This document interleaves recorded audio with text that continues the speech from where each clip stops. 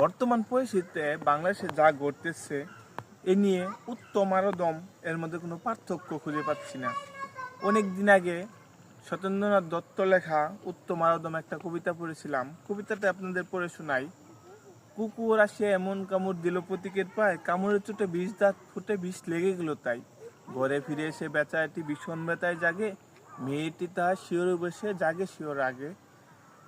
বাপের এসে কহিল বংশীবের ছোলে, কপালে রাখিয়া হাত, তুমি কেন ছেড়ে দিলে বাবা তাকে?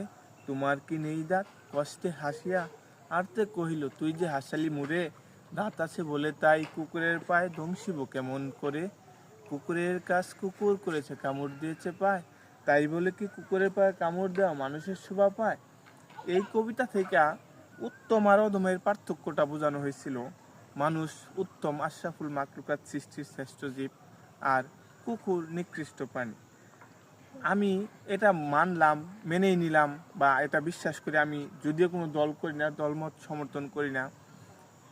শেখ হাসিনা সরকার ফেসিবাদী জালিম সরকার ছিল, দুর্নীতিবাজ সরকার ছিল। বর্তমান সময়ে বাংলাদেশের জমিনে যা ঘটতেছে এটা কোনো দিক থেকে ঠিক হচ্ছে?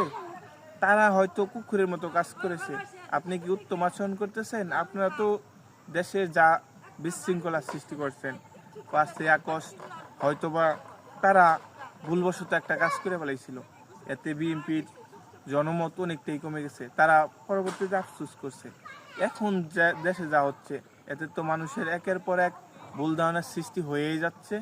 সুতরাং নিজেকে শুধরান, নিজেকে উত্তম পরিচয় দেন।